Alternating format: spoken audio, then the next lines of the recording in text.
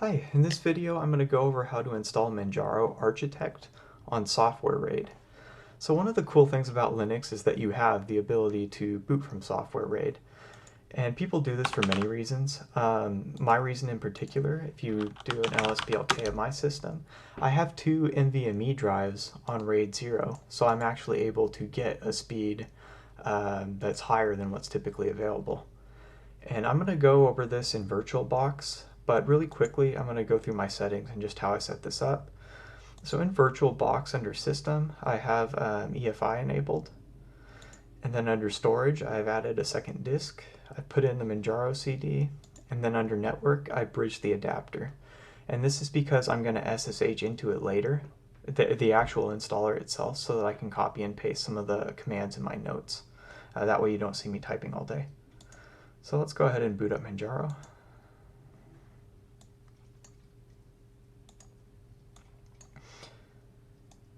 And this part is kind of important.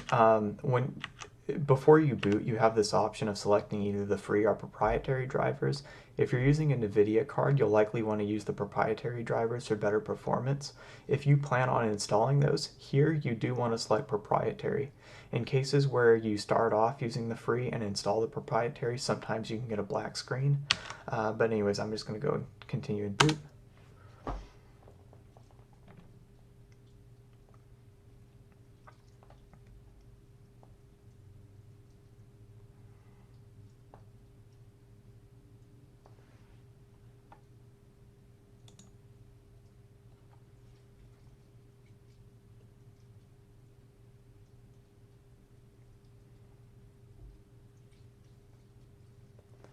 Okay, so we're finally booted up. I'm going to go ahead and log in real quick.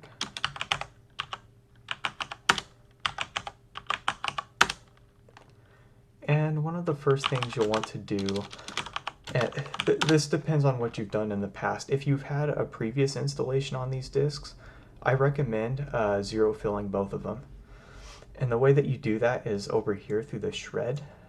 So shred, it shreds the disk. It can do it in a number of ways, though. V is just for verbosity. You want to do a single pass, and the -C performs a zero fill, so it just zeros the entire disk. My recommendation is to shred them both and then reboot and go back into the installation. You never know whether or not you've had packages or like a part of your GPT tables left behind from a previous installation. But at this stage, I'm going to go ahead and already assume you've done that. So I've sudoed into root. I'm going to go ahead and sync my Pacman repository.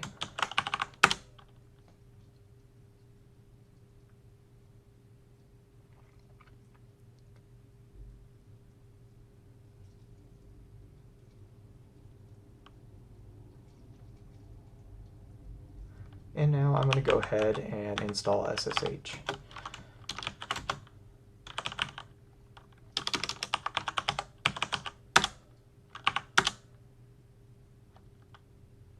I would also like to point out, if you have the KDE and I believe the GNOME edition too, you can do an Architect install from the desktop edition.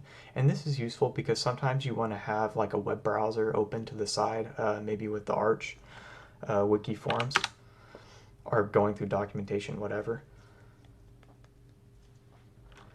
Okay, and then after SSH is downloaded, ctl start. It's important to start the service. And then I'm going to use IP space A to get the IP address. And if you remember back, I've set my NIC into a bridge adapter, so I can just SSH right into it. Let's open up my terminal. And I'm going to move this over here. I'll be able to use this terminal for the whole rest of the installation. I believe it was 171.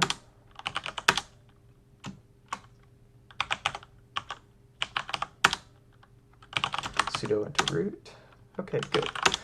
And let's use LSBLK to list out the disks. So this is a very simple setup, SDA and SDB. I'm going to go ahead and Pacman install gdisk.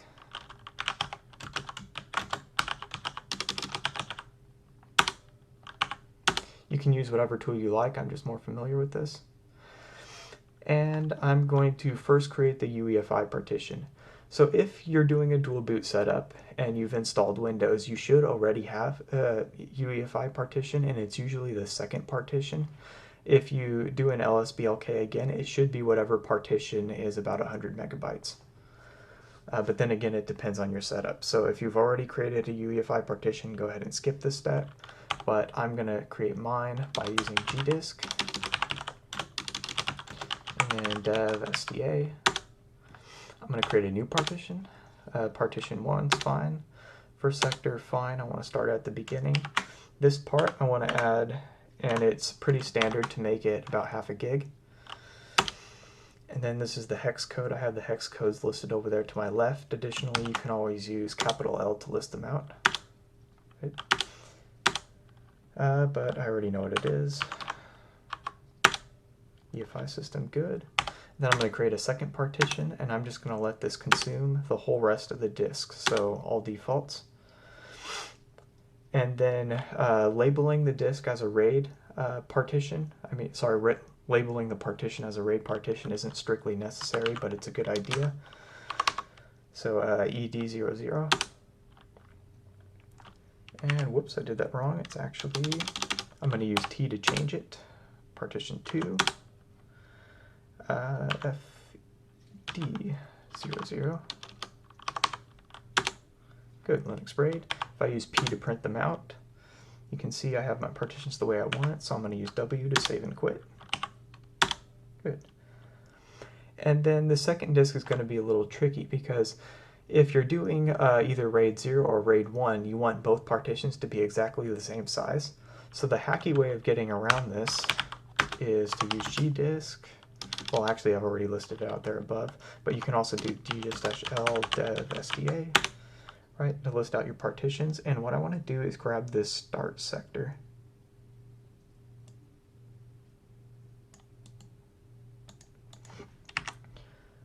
I'm going to use gdisk again. Okay, I'm going to create a new partition. Okay, in this first sector, I'm actually going to start it the same as the start sector of the second partition on the first disk. This way they get the same size. So last sector, let it consume the rest of the disk, good. And then FD00, get it set on RAID, and then I'm just going to save and quit. And let's double check with LSBLK. And good, my partitions look the way I want them to. Both SDA2 and SDB1 are the same size. And then I'm just going to go ahead and create the array using the mdadm command. Right, create a little bit more verbosity. You would change this level 0 to 1 if you wanted RAID 1 to do a mirrored volume. I'm going to use striping. 2 RAID devices. Over here is the actual RAID device name. You can name this whatever you want. I'm going to go ahead and stick with the standard and do dev md/md0. And then I'm going to put SDA2 and SDB in the array. Boom, and the array is created. The next step is to create the file systems. So I'm going to make my RAID partition, my root file system, and I'm going to make it ext4. Use whatever file system you want. And then skip the step if you already have the UEFI partition, but I don't, so I'm going to go ahead and make SDA1. This is formatting it for FAT32. Linux uses VFAT for FAT32. Done. Okay, and then the next thing we need to do is, because this is a UEFI boot, the Manjaro Architect installer mounts the EFI partition at boot EFI, but the folder isn't created, so I'm going to go ahead and create it now. And then I'm going to mount it.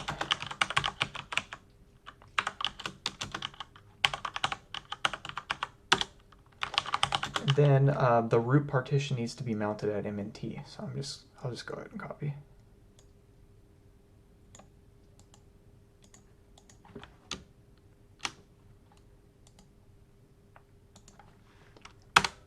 Okay, and at this stage you can pretty much just run the setup, go into the graphical installer, you would finish the installer, and then there's some steps you need to do afterwards.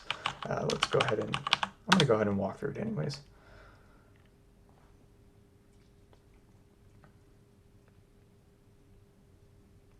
Good, so I'm going to select English.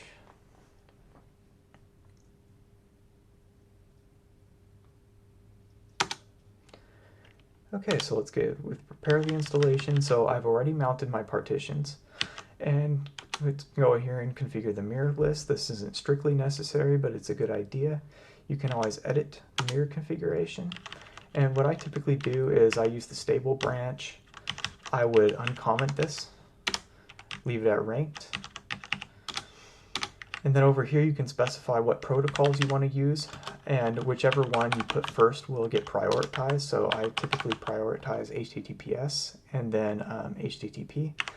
You can do whatever. I'm actually going to comment all this out and then save and quit because this is just for demo and I don't want to actually go through the process of ranking.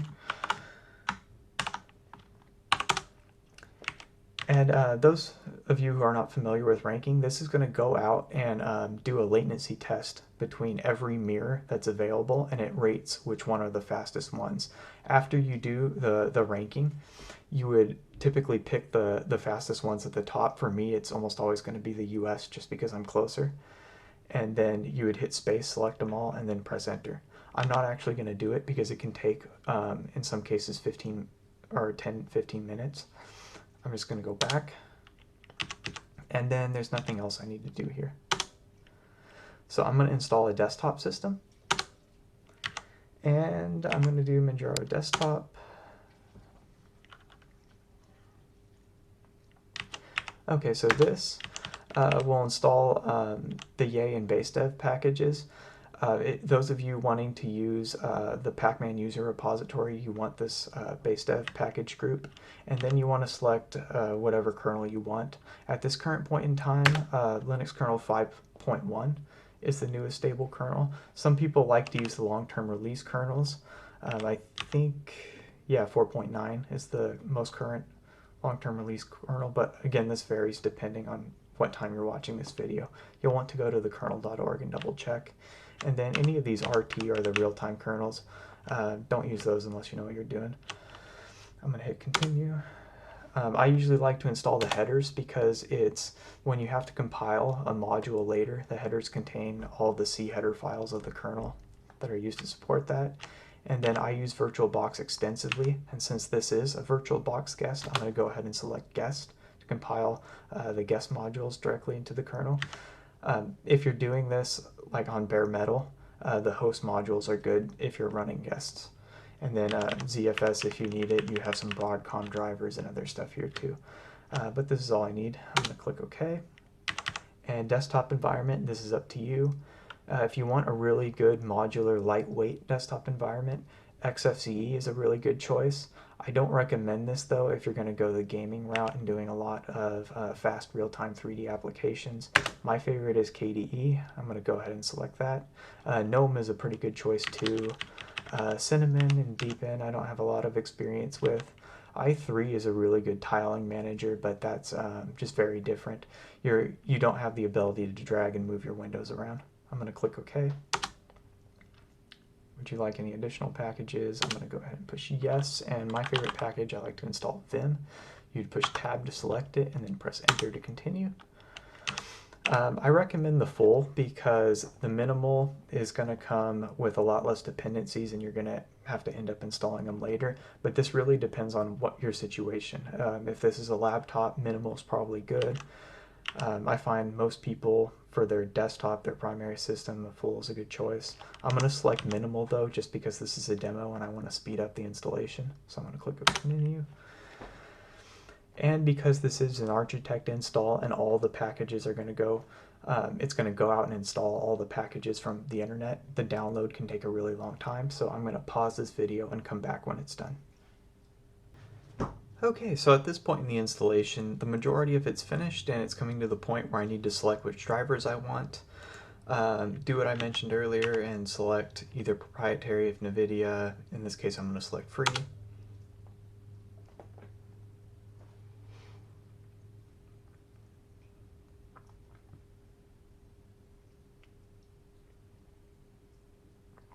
Press enter to continue. Good.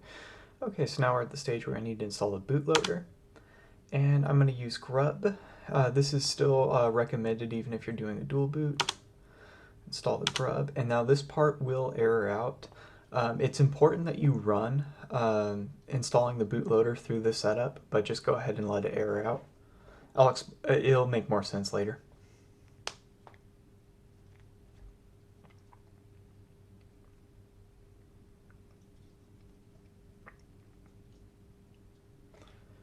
Yes.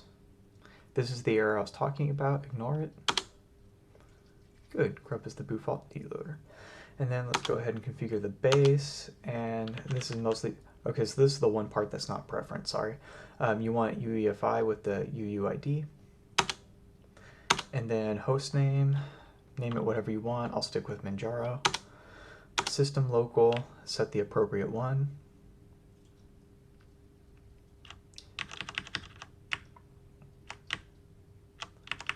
Where is US?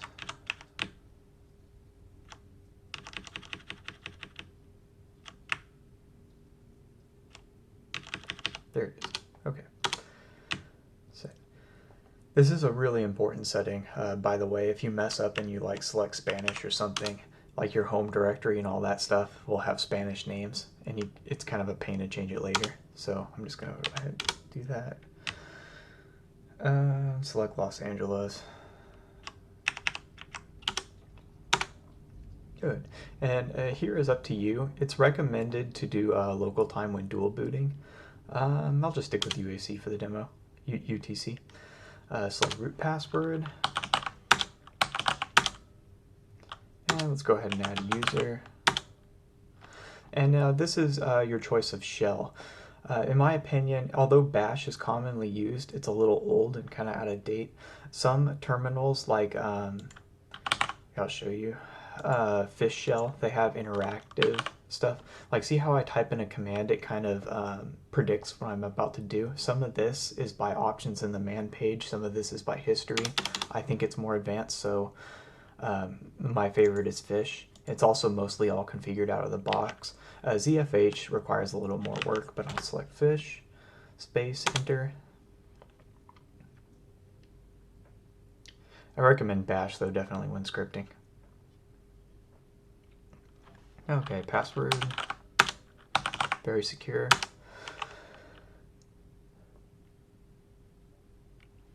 Back. Okay, system tweaks. All of these settings are optional.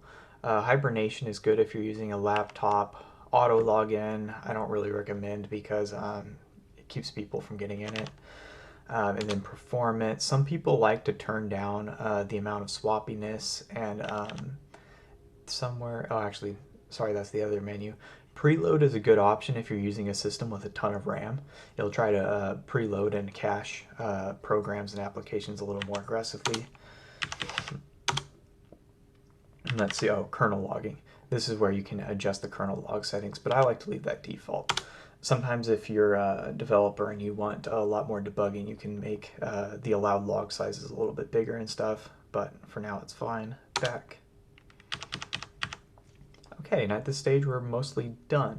What I do want to do though is change root into the installation, because we do the Architect installer is completely RAID unaware, and one of the things it doesn't do is it doesn't add RAID support into the initial RAM disk. So I need to change root into the installation. And what you want to do is edit the MK CPIO, the initial RAM disk, ETC, MK initial CPIO. Okay, good. Now I have it kind of listed over here in my notes.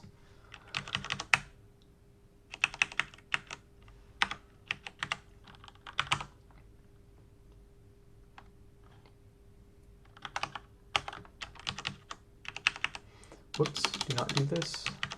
It's in the binaries.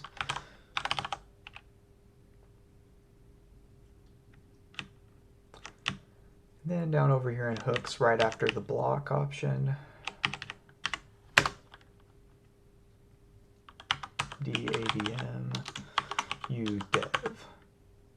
Let me double check my config, make sure this is good. If you're using a different editor like Nano, sometimes it doesn't do syntax highlighting. Make sure you don't accidentally edit the comment.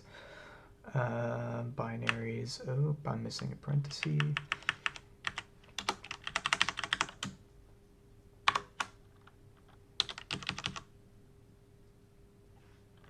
Okay, good. I'm going to save and quit. And I can pretty much just copy and paste and run this command right here, which I've already created. I'm going to explain this though.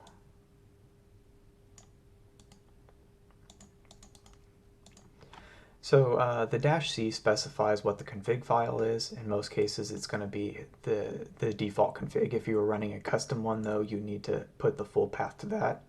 Under the boot directory is where all the kernels are listed. So boot, I'm sorry, the initial RAM disk, any of these image files, these are all initial RAM disk files. You want to find the one. So if you selected like 5.1 kernel like I did, it's going to be this one right here. And then let me copy and paste that command again.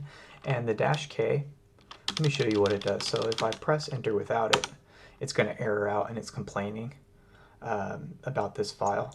If you do a uname -r, this is the kernel that the installer is currently booted into, and it's looking for this specific kernel module directory, but of course it doesn't exist because we didn't install that one. So if we do ls lib modules, you can see I have the 5.1. You want to list whatever kernel you installed here. Do not do the extras. So I'm going to paste, enter, and you can see now it's building. And you notice you can see the MDADM hook. This is good. So now the kernel has RAID support. I'm going to go ahead and exit. And the one last thing we need to do is we need to add the RAID settings into the MDADM conf. This is kind of like the FS tab for RAID. It just specifies how to build the array every time you boot up. If we run the command just by itself, right? Whoops. Yep. It's just going to output the status of the array. So what we do is we just append it mnt where our root directory is, right? etc mdadm conf. Boom. And now if we cat out the contents of that, we pretty much just preserved all the comments, but then we've added, you can see our entry there at the bottom. Good. And oh, one last thing. I mentioned before the grub errored out. What you need to do is manually install grub again.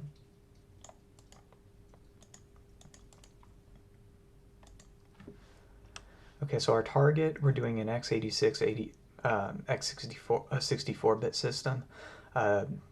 You probably are too. You would know if you didn't. And then the EFI directory, our EFI partition is mounted to boot EFI, so you would want to do the same.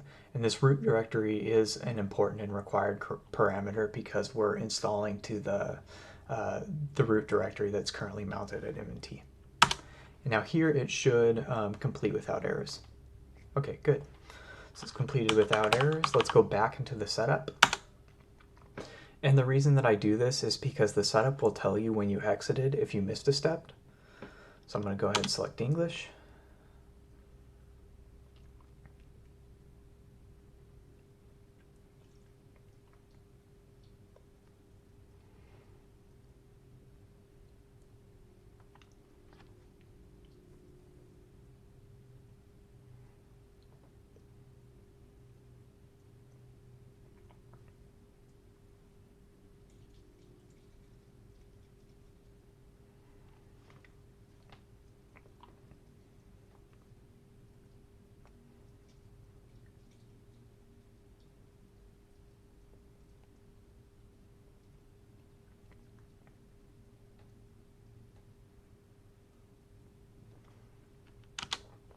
All right, now that that's done, I'm going to go ahead and select Done.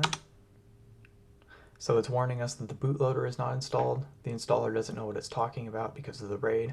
Go ahead and just put yes, but if you see anything else listed here, like if it says time local is not set, then you've probably missed an important step and you need to go back into the base configuration and set your locals. But in my case, I'm done. You can go ahead, and this log file is sometimes useful, so go ahead and click yes. Now the only step left to do is reboot and hope it works. Reboot now. Good. And remember, this was SSH'd, so let's go back to VirtualBox. You can see everything in here looks good. I'm going to boot up. Ignore this grub error. this is kind of a non-essential bug. Don't worry about that. I'm just going to press enter.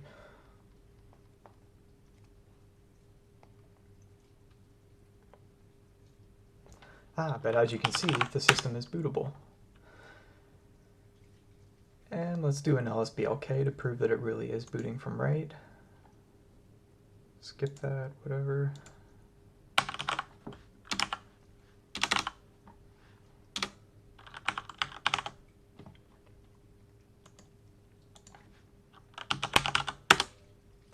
Great, and you can see that the root partition is mounted on a RAID 0 array.